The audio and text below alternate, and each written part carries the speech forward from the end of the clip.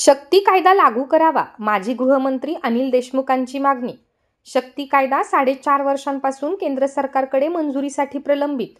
राज्यातील महिला व मुलींवरील अत्याचार बंद करण्यासाठी मी गृहमंत्री असताना सर्वपक्षीय आमदारांना घेऊन 21 जणांची समिती स्थापन करून शक्ती कायदा तयार केला।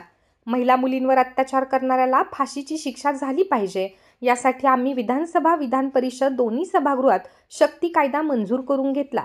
अंतिम मंजुरीसाठी केंद्र सरकारकडे पाठवला, मात्र अजूनही त्याला 4.5 वर्षात मंजुरात मिळालेली नाही। तात्काळ ही मंजुरात घेऊन राज्यात शक्ती कायदा लागू करावा, अशी मागणी माजी गृहमंत्री अनिल देशमुख यांनी केली आहे।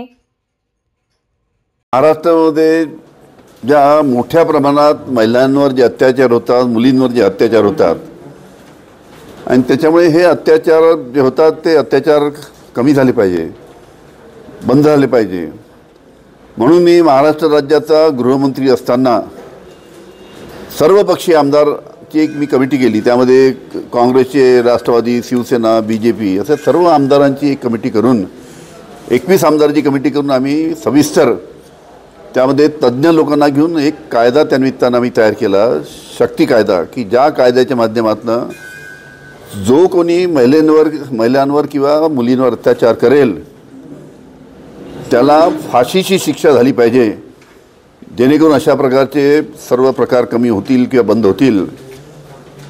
आणि फाशीची शिक्षा ज्या दिवशी होईल त्या दिवशी एक प्रकारची जरब त्या निमित्तानं बसेल, म्हणून हा कायदा मी असताना तो विधानसभा आणि विधान परिषदमध्ये मंजूर करून घेतला होता आणि तो शेवटी आम्ही केंद्र शासनाकडे अंतिम मंजुरीसाठी पाठवला। त्याला 4.5 वर्ष झाले, पण अजून केंद्र शासनाने मंजुरी दिली नाही।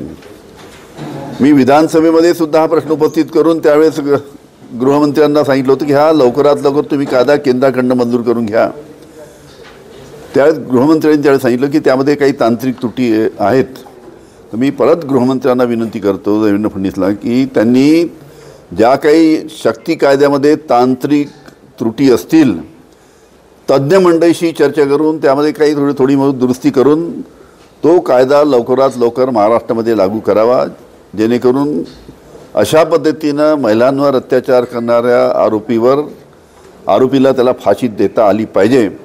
या पद्धतीनं तो कायदा लवकरात लवकर महाराष्ट्रामध्ये त्याची मंजूर करून अंमलबजावणी करावी, अशा पद्धतीची मी राज्य शासनाला आणि गृहमंत्र्याला विनंती करतो।